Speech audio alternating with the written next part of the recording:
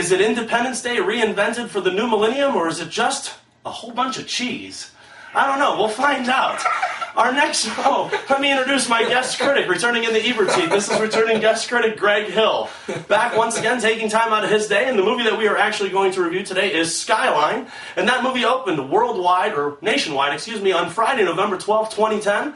And it stars Eric Balfour, Donald Faison, and Crystal Reed, best known from NCIS as Tony DiNozzo's girlfriend, making her big screen debut.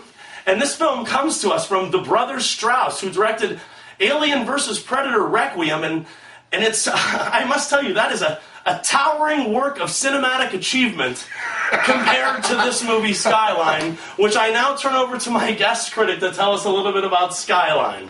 I'm going to let you know right off the bat about this movie. Plot? What plot? There's nothing in this movie. There's nothing. It's a complete and utter ripoff of Independence Day. I mean, only the Independence Day was a good film. It wasn't a great film, but Independence Day is a well-worthy, credible film that's entertaining and looks good, and this movie is none of those things. This movie is just an absolute waste of time from the first 10 minutes until the last moment of this. And I'm going to go so far as to say it was like 15 minutes into this movie, and I knew that this was going to be one of the worst films that I have ever seen. Greg? This movie plot had more holes to fill than a porno set. I mean, it's the same for me. Like 10, 15 minutes into it, I'm like, oh God, this is gonna be painful. It was. There are big aliens, there are small aliens, there are aliens that fly, there are aliens that walk. You find out that these aliens are in search of brains, which is really kind of ironic. Not coincidental, it's ironic because this movie is absolutely a no-brainer. The people that were really in need of looking for brains would be the brothers Strauss, and that would be the filmmakers, because this is just a waste of time. The funny thing about this, the last 15 minutes of this film is some of the worst storyline and some of the worst dialogue that I have ever seen. If they thought that Eric Balfour and Donald Faison from TV Scrubs had enough to hold this film together, they were sadly mistaken. But this is it's just a waste of time from beginning to end. I mean, even the special effects are the dialogue and the characters are so bad, even the special effects come nowhere near saving this film. Yeah.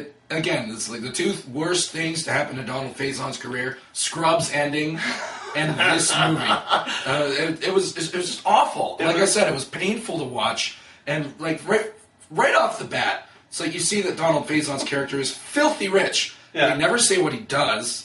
I mean, the only reason you know where he's from or where Eric Balfour's character is from is because he says this beats Brooklyn in December, and the fact that they're in Los Angeles. Yeah. They don't give you anything character-wise other than names. And right from there, I knew that this was just going to be a waste. And you know, the funny thing is people ask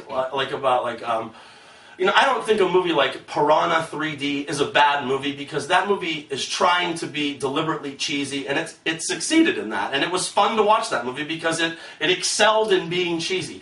This movie, Skyline, is trying to be a real, incredible film, and it's an insult to anybody that plops down $5, $6, $8, $10 to go see this. I've seen better film on teeth myself. I'm telling you right now. This is just, the words that come to mind are bad and stupid and waste of time. Well, Greg, let's cut to how many stars. How many stars are you going to give this? This movie doesn't deserve to have anything next to its title. I gave it none. He's giving it... Stay away. Avoid this movie like the plague.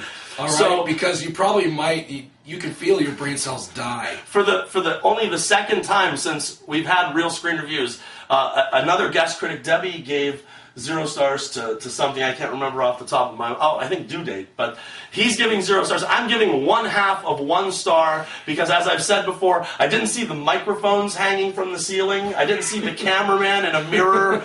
I do see that, as he said, in adult movies sometimes you do see stuff like that. So it's one step above adult features, Skinamax features, but I would even say that those probably have a stronger storyline than Skyline. Yeah. So this is going to be deemed avoid at all costs, and it'll probably be remembered in a few weeks when we're tallying up our list for the best and the worst of 2010, which I might add, Greg is going to be back to help me review the best and worst of the year, and that will be coming up soon. And something tells me we're going to be talking about Skyline again real quick. I want to say, I pride myself in being able to find something, at least redeeming. Something redeeming about every movie that I see, even if it's not that good. This had absolutely Nothing. If I can't find anything good out about it, nobody can. And you have to look at it in this respect. We went and spent the money, so A, that gives us a right to rip on the movie, but also we're taking one for the audience out there. We spent our money on this film to go, and our time, to go see this and say, please, do everything. Don't even watch it if it comes on free television. And as Greg has said before, don't waste your DVR space. So I thought, I guess we can't beat a movie up any worse than we've done today with Skyline. And I'll say, we're not always right, folks. But only when it comes to the movies. And thank you for your attention.